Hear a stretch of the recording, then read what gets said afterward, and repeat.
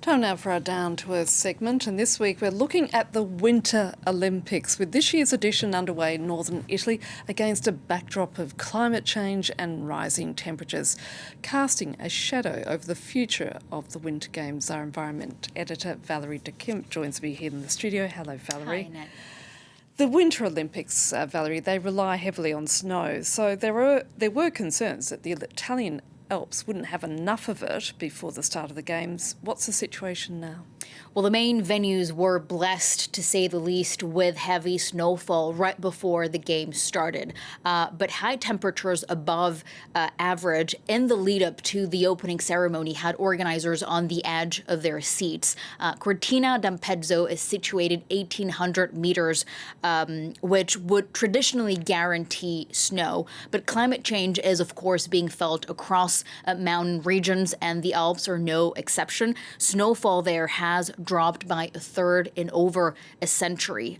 Cortina d'Ampezzo also hosted the Winter Olympics in 1956, and since then, average February temperatures have climbed by 3.6 degrees Celsius. So we're now 70 years later, and according to organizers, artificial snow will account for 85% of snow at the Games.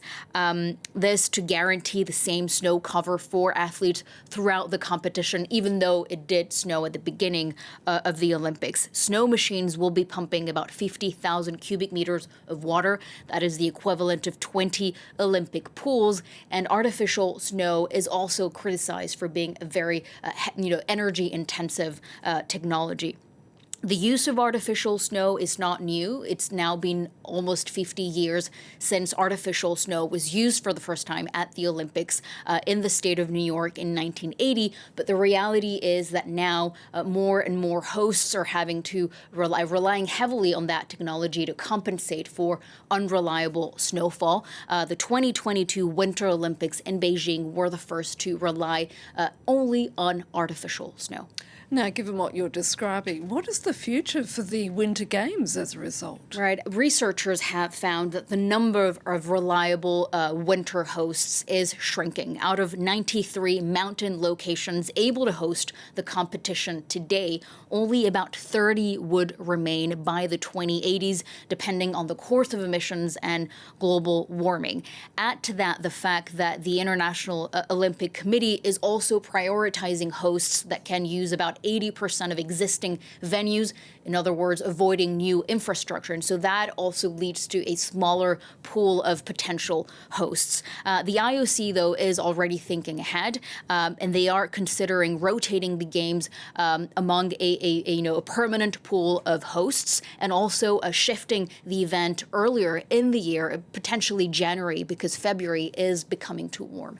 And there's been talk of reforming the current models. So what exactly would that look like? Well, in 2022, the International Olympic Committee added two new criteria to host the Winter Olympics. One, hosts should have a goal of using only existing or temporary venues, and so snow competition venues should be climate reliable until at least the middle of the century. Criteria that has been already applied to the 2030 Winter Olympics in the French Alps, but also 2034 in Utah in the United States.